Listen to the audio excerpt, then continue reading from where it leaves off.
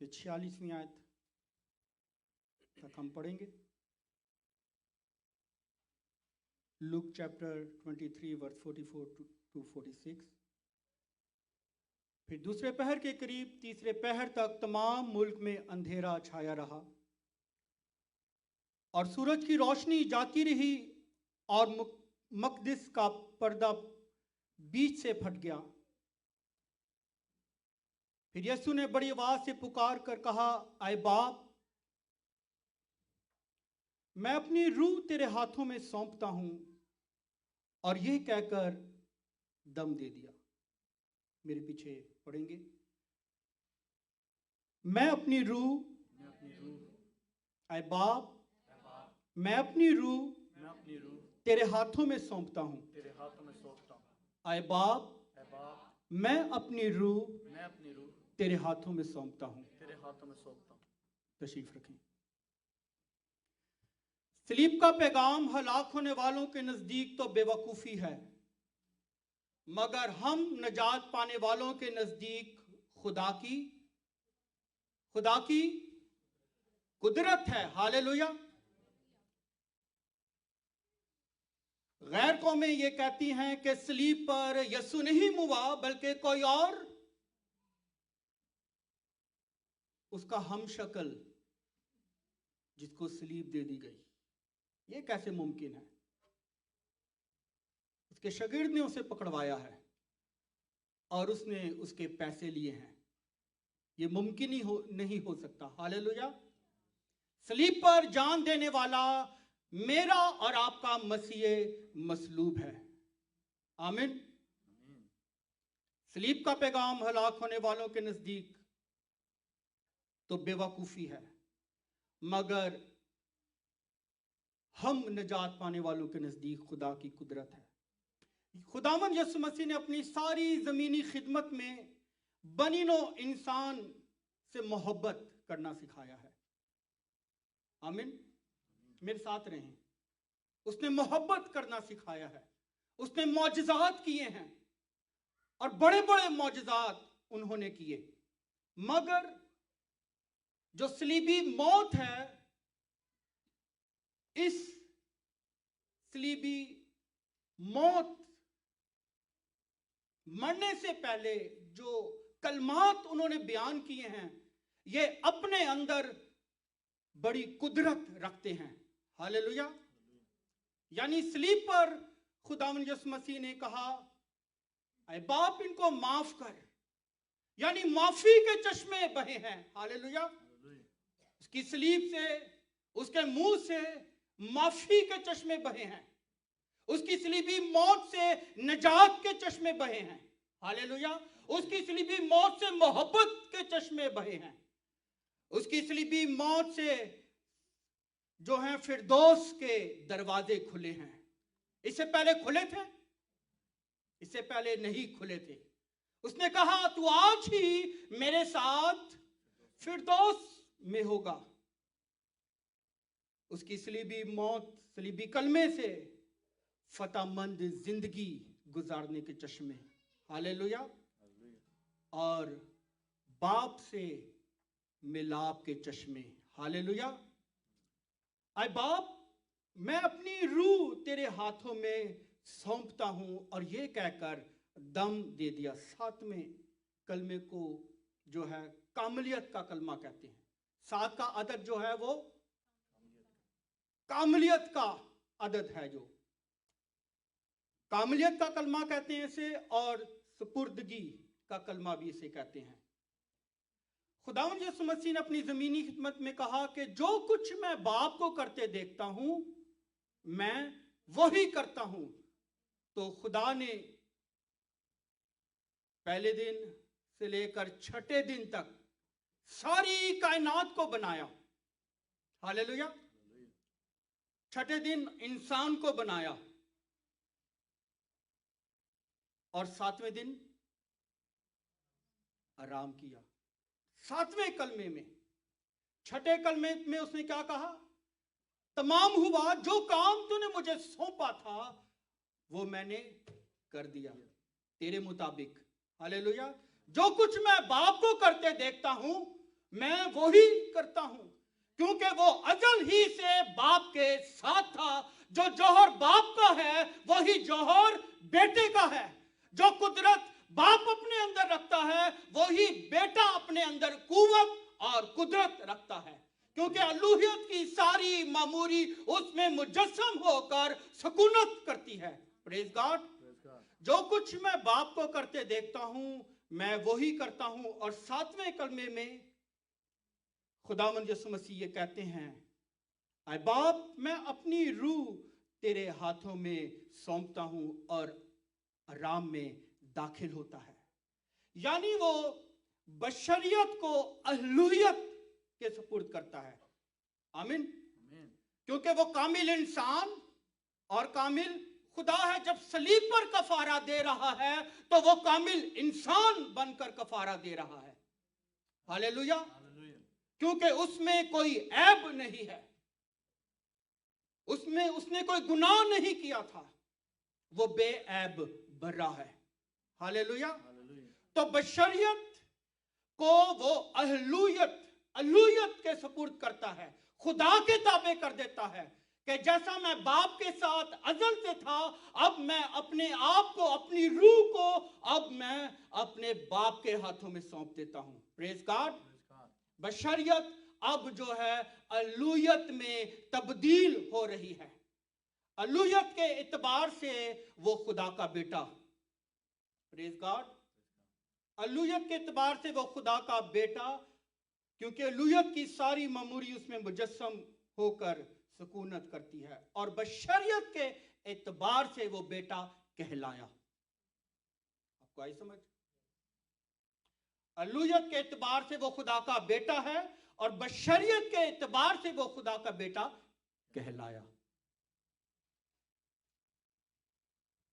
बनी नो इंसान के गुनाहों का कफारा दे रहा है, और मरने से पहले कहते हैं, ऐ बाप मैं अपनी रूह तेरे हाथों में सौंपता हूं। जिस तरह ऐ बाप तूने मेरी जमीनी खिदमत को कबूल किया है, मेरे कफारे को भी कबूल कर। आमीन। इसी तरह तू मेरी रूह को कबूल कर। खुदावंद यीशु मसीह की रूह को खुदा ने कबूल किया। लिखा है, क्योंकि बावजूद बेटा होने के उसने दुख उठाकर फर्मा बरदारी सीखी। इसी वास्ते खुदा ने भी उसे बहुत सरबुलंद किया। Praise God. थोड़ा सरबुलंद नहीं बल्कि बहुत सरबुलंद किया, और उसे वो नाम बख्शा जो सब नामों में कौन सा नाम है? कौन सा नाम है? यीशु नाम। यीशु नाम बख्शा जो सब नामों में आला है, जिसके आगे हर एक घुटना झुक जाता है, खा आसमानियों का हो, खा जमीनियों का हो, खा उनका हो जो जमीन के नीचे हैं। हर एक घुटना, हर एक कौम, रंग और नस्ल का घुटना जो है आने वाले वक्त में उसके आगे झुकेगा। हालेलुया। चाहे वो मुसलमान हो, चाहे वो हिंदू हो, चाहे वो यहूदी हो, चाहे वो पारसी हो, चाहे वो अफगानी हो, चाहे वो अरबी हो, कोई भी शख्स हो, हर एक घुटना उसके आगे झुकेगा। Praise God. आए उसके लिए जोरदार तालियां बजाएं जिसने हमारे लिए सलीब पर फिदिया और कफारा दिया है। पाम संडे वाले दिन मैंने आपसे एक बात शेयर की थी कि यहूदियों को जो है एक ऐसे बादशाह की जरूरत थी जो उन्हें रोमी हुकूमत की गुलामी से छुड़ाए। ऐसा ही था। वो ऐसे बादशाह को चाहते थे जो एक जंगजू हो, जो हमें छुड़ाए, हमें बहाल करे।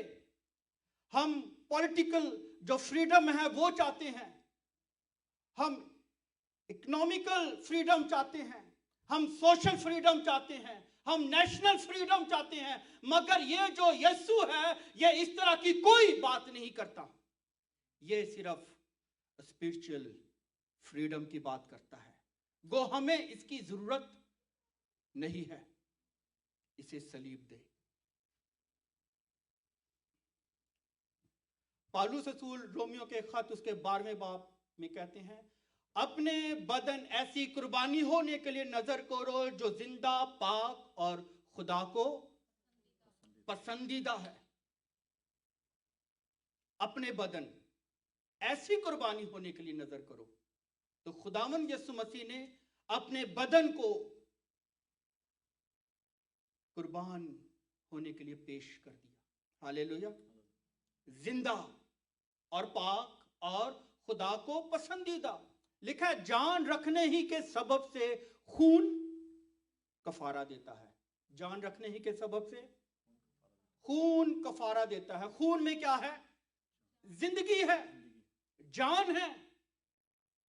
और खून में जो है वो हमारी अक्ल, मर्जी और जज्बात शामिल हैं। आमीन। हम जो फैसला जात करते हैं, हमारे जज्बात खून में हैं।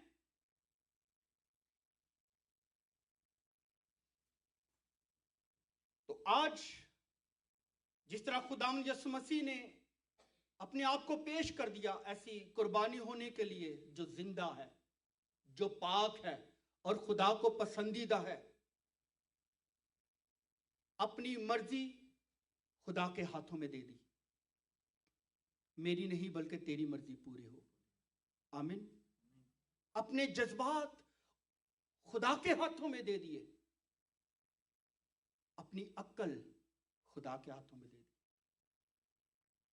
आज मुझे और आपको खुदा का कलाम यही तकाजा करता है हमसे कि हम अपने जज्बात, अपनी अक्ल, अपनी मर्जी जो है उसके ताबे कर दें।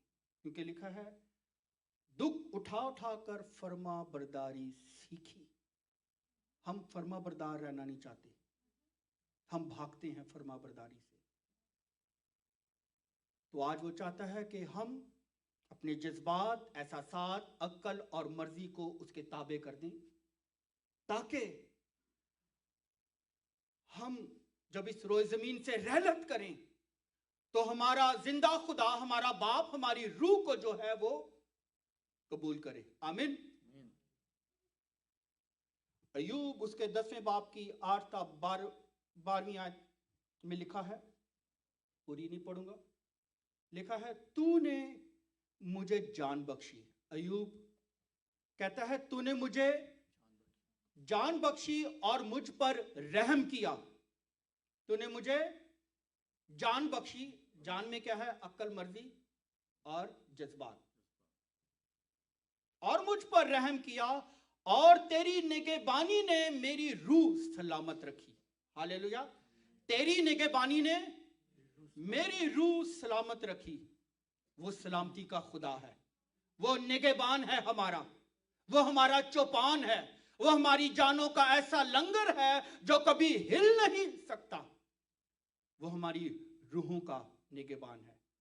और खुदा जो है वो रूहों का खुदा है, खुदा शक्लों का खुदा नहीं है। आमीन। वो शक्लें देखकर निजात नहीं देता, खुदा रूह को, अंदर के इंसान को देखता है। तो वो अय्यूब कहता है, तेरी निगहबानी ने मेरी रूह सलामत रखी। आए बाप, मैं अपनी रूह तेरे हाथों में सौंपता हूं। आज हमें अपने बदन की फिक्र रहती है, पहनने ओढ़ने की फिक्र रहती है। हम अपने बदन को संवारना चाहते हैं। क्या हमने अपनी रूह को संवारने के लिए कुछ किया है?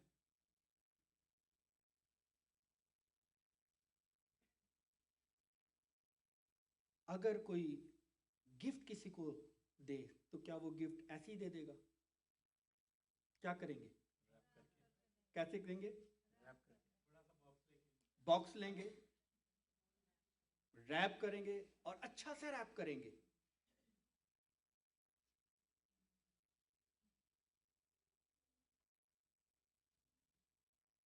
और जब से पेश किया जाएगा तो कुछ होते हैं बेदर्द लोग, फौरन ही फाड़ देते हैं। अगर बच्चों को दिया जाए तो वो फौरन ही, उनको अपना खिलौना चाहिए। ऐसा ही है। कुछ होते हैं बड़े तमीज से राम राम से खोलेंगे उसको ताकि बाद में काम आ जाए। ऐसा भी होता है, बड़ा सोना लग रहा है, संभालो। असल चीज क्या है उसके अंदर जो मुझे गिफ्ट दिया गया है? ये बदन जो है, ये मट्टी है, ये रैप है। अंदर क्या डाल दी है? रूह खुदा ने। ये कीमती है जो अपने बाप के पास जाएगी। हालेलुया। और हम उसके बेटे और बेटियां हैं, और हमारी रूहें जब हम इस दुनिया से रैनत करेंगे, हमारी रूह जो है आसमान पर हमारे बाप के पास होगी। Praise God. जहां मैं हूं वहां तुम भी हो। हालेलुया। मैं तुम्हें तन्हा ना छोड़ूंगा, मैं तुम्हें यतीम ना छोड़ूंगा। मैंने जो वादा किया है उस वादे पर मैं कायम हूं। Praise God. मैं दुनिया के आखिर तक हमेशा तुम्हारे साथ हूं। Praise God.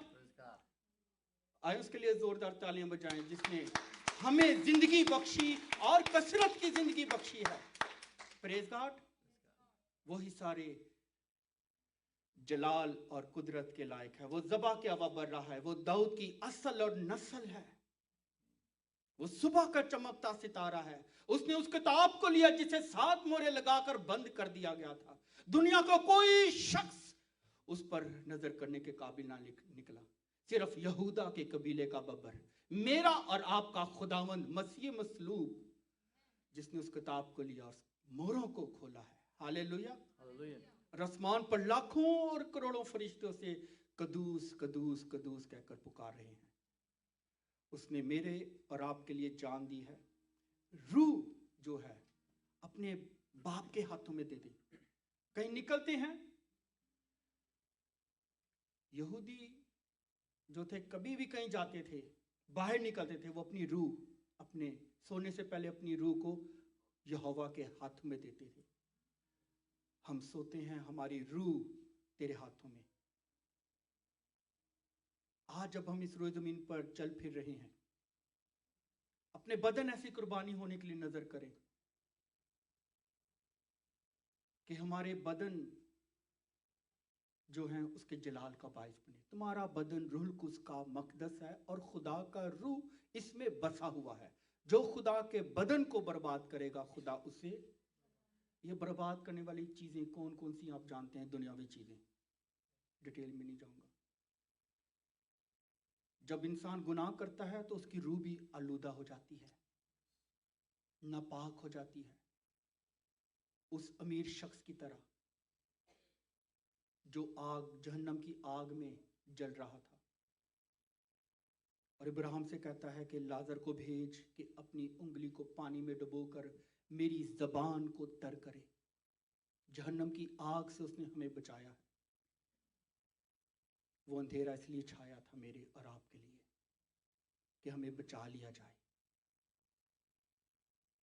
अपनी उंगली का सिरा पानी में डुबोकर मेरी जुबान को तर करे। ऐसी होलनाक आग है जो रूह के मटेरियल के लिए तैयार की गई है। ये हमारी आग नहीं है जो हम जिस पे वो बनाते हैं हांडिया खाने, ये वो आग नहीं होगी। जो रूह के लिए आग खुदा ने तैयार की होगी वो स्पेशल होगी। उस रूह, उस आग में मेरे और आपके लिए मेरा और आपका यीशु जला है।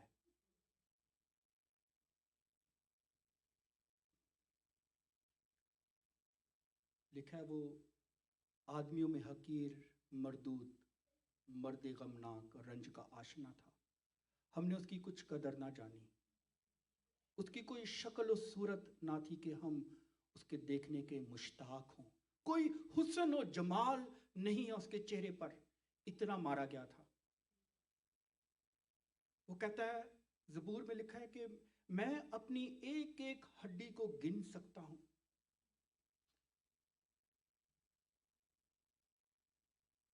आप और मैं नहायत कीमती हैं खुदा की नज़र में। हमारी रूहें बहुत कीमती हैं खुदा की नज़र में। वो रूहों का खुदा है। हमारी रूहों को बचाने के लिए वो आया है। और उसने फिदिया कफारा दिया है। आए अपने बाप के हाथों में अपनी रूह को सौंपें, अपनी आंखों को बंद करेंगे। Praise God. अपनी जिंदगियों पर गौर करें और उसकी सलीब के साए के नीचे आ जाएं। उससे कहें, आए बाप, मैं तेरे इस बड़े इंतजाम के लिए मैं तेरा शुक्र अदा करती हूँ। इतनी बड़ी नजात से गाफिल रहकर मैं क्यों कर बच सकती हूँ। आज मैं अपने बदन ऐसी कुर्बानी होने के लिए नजर करता हूँ जो जिंदा, पाक और तुझको पसंदीदा है। प्लीज